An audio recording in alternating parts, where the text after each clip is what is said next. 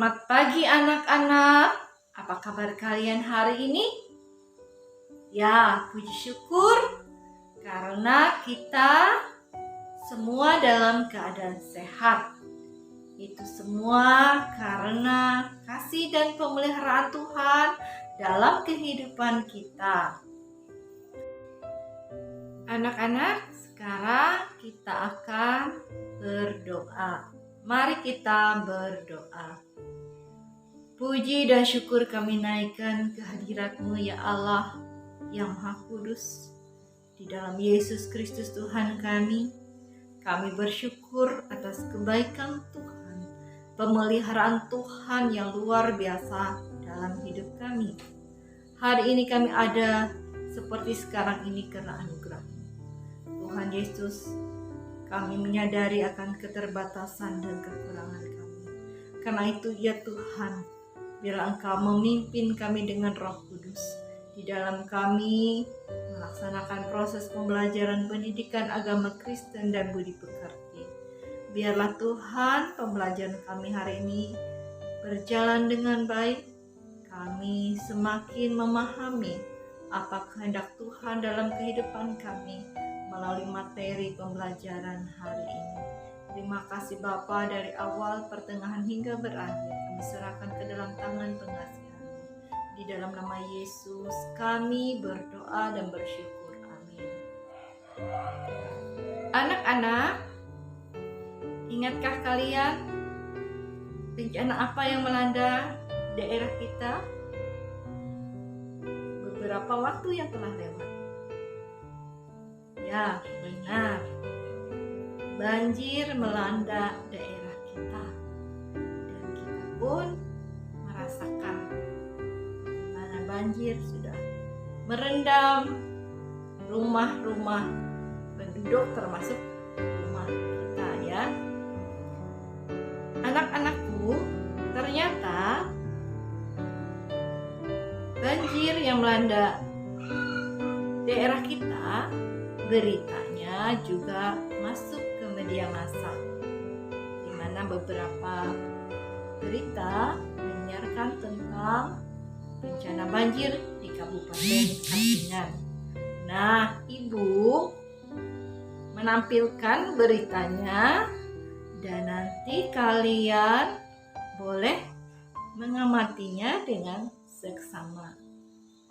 Ya. Persiapkan dirinya untuk mengamati berita yang Ibu tampilkan berikut ini. Prediksinya bulan depan akan turun hujan karena musim hujan akan datang di Indonesia ini dari bulan Oktober hingga akhir tahun 2020 ini. Iya. Informasi berikutnya, banjir yang melanda 10 kecamatan di Kabupaten Katingan, Kalimantan Tengah selama 9 hari membuat 8.000 rumah terendam air dan 32.000 jiwa menjadi korban banjir. Ya, seorang anak berusia 11 tahun meninggal dunia akibat terseret arus banjir yang terjadi di Kecamatan Tewang, Sanggalang Garing. Beginilah banjir yang masih melanda di 3 kecamatan di Kabupaten Tangkingan yang terendam perumahan penduduk Minggu siang. Akibat banjir ini, sejumlah warga tidak bisa beraktivitas seperti biasa. Sebagian tempat usaha mereka juga lumpuh total. Menurut Kepala BPBD Katingan, Eka Suryadilaga, selain akibat curah hujan tinggi, Sungai Katingan meluap karena aktivitas penambangan liar dan hutan yang gundul. Sekitar 8.000 kakak atau sekitar 32.000 jiwa atau sekitar 8.000 lebih rumah.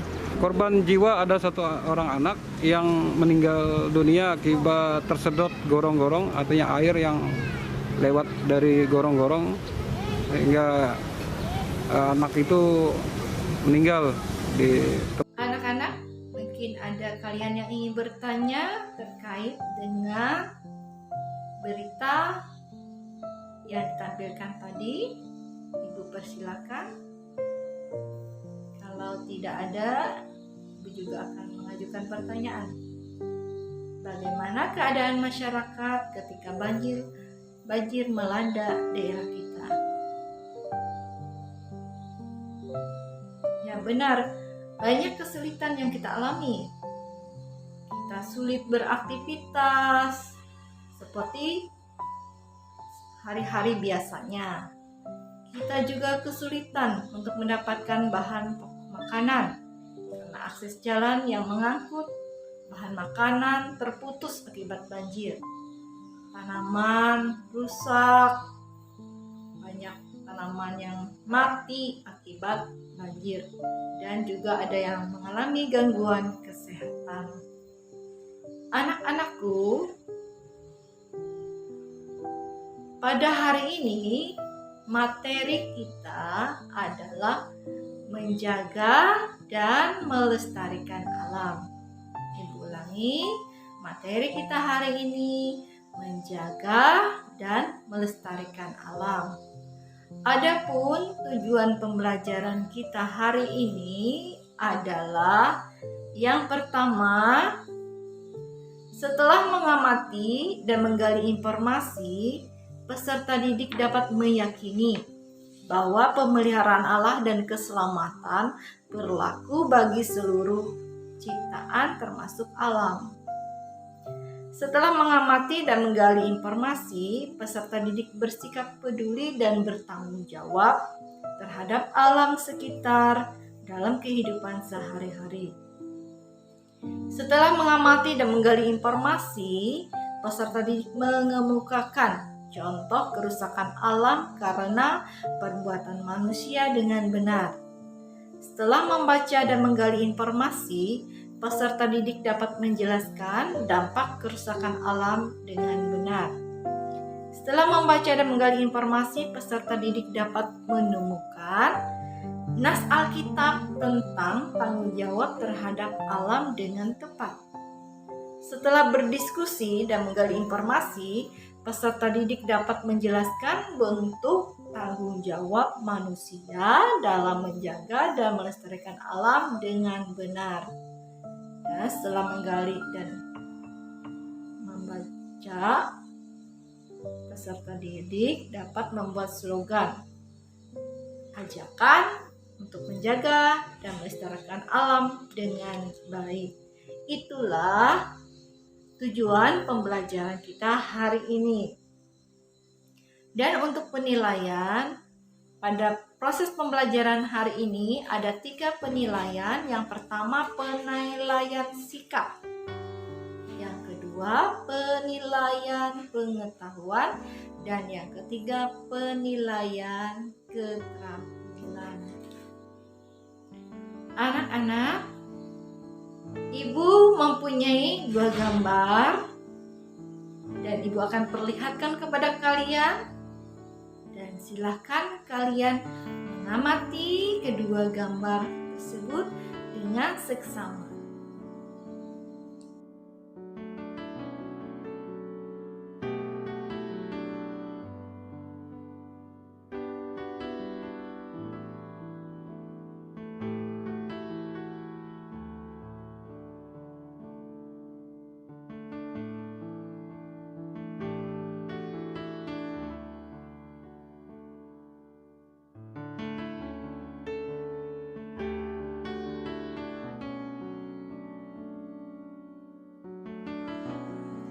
Anak-anak, setelah kalian mengamati kedua gambar tersebut, apakah ada yang kalian ingin tanyakan atau memberikan komentar? Ibu persilakan. Ya, terima kasih. Dalam gambar pertama, kita melihat gambar hutan yang masih terawat, hutan yang masih asri, hutan yang masih terdapat banyak pohon-pohon yang rindang dan lebat. Dan gambar yang kedua adalah gambar di mana banyak pohon atau hutan yang sudah gundul, hutan yang sudah ditebang secara berlebihan oleh manusia, sehingga akhirnya kita melihat tadi banyak hutan-hutan yang sudah gundul. Anak-anakku, yang menjadi pertanyaan bagi kita, bagaimana hutan kita pada masa sekarang ini. Ya benar, hutan kita pada masa sekarang ini seperti ditampilkan oleh gambar yang kedua. Banyak kerusakan akibat penebangan liar, akibat penebangan yang berlebihan dan dibiarkan begitu saja tanpa ditangani. Itulah kondisi hutan kita pada masa sekarang. Jarang sekali kita temui hutan seperti gambar yang pertama tadi. Anak-anakku, ibu juga mengajukan pertanyaan, bagaimana keadaan alam kita ini jika kita tidak jaga dan pelihara dengan baik? Bagaimana keadaannya jika alam kita tidak kita jaga dengan baik? Ya tentu saja alam hutan akan mengalami kerusakan lebih parah lagi, dan akibatnya manusia yang merasakannya, termasuk juga alam ciptaan Tuhan lainnya. Dampak yang terjadi ya, coba sebutkan bagaimana dampaknya bagi manusia, bagi alam, bagi makhluk ciptaan Tuhan lainnya. Bagaimana dampak kerusakan alam? Ya, kita akan mengalami kesulitan. Banjir melanda daerah kita, bahkan curah hujan, banyak tanah yang longsor, yang menimbun rumah masyarakat. Kita melihat banyak sungai yang tercemar akibat pembuangan limbah, pembuangan sampah yang berlebihan yang dilakukan oleh manusia. Kebakaran hutan, kekeringan, dan sebagainya. Dan kita juga melihat ini juga berdampak bagi makhluk ciptaan Tuhan yang lainnya, seperti hewan, tumbuhan, dan sebagainya, yang akan mengakibatkan kelangkaan dan kepunahan pada akhirnya. Nah, anak-anak, bagaimana pendapatmu solusi yang tepat untuk mencegah kerusakan alam bertambah parah? Coba solusi apa yang kalian tawarkan agar kerusakan alam tidak bertambah parah? Ya, benar. Salah satunya kita tidak membuang sampah sembarangan. Kita juga menjaga lingkungan, tidak membakar lahan, tidak menebang pohon, dan sebagainya. Nah, sekarang ibu akan membagikan kalian ke dalam beberapa kelompok, di mana dalam kelompok nanti kalian akan bekerja sama dan kalian akan menjawab soal-soal yang ada dalam lembar kerja peserta didik. Nanti kalian bergabung, di mana satu kelompok 3 orang. Silakan anak-anak kalian bergabung. Dan untuk tugas slogan itu juga akan kalian kerjakan secara kelompok.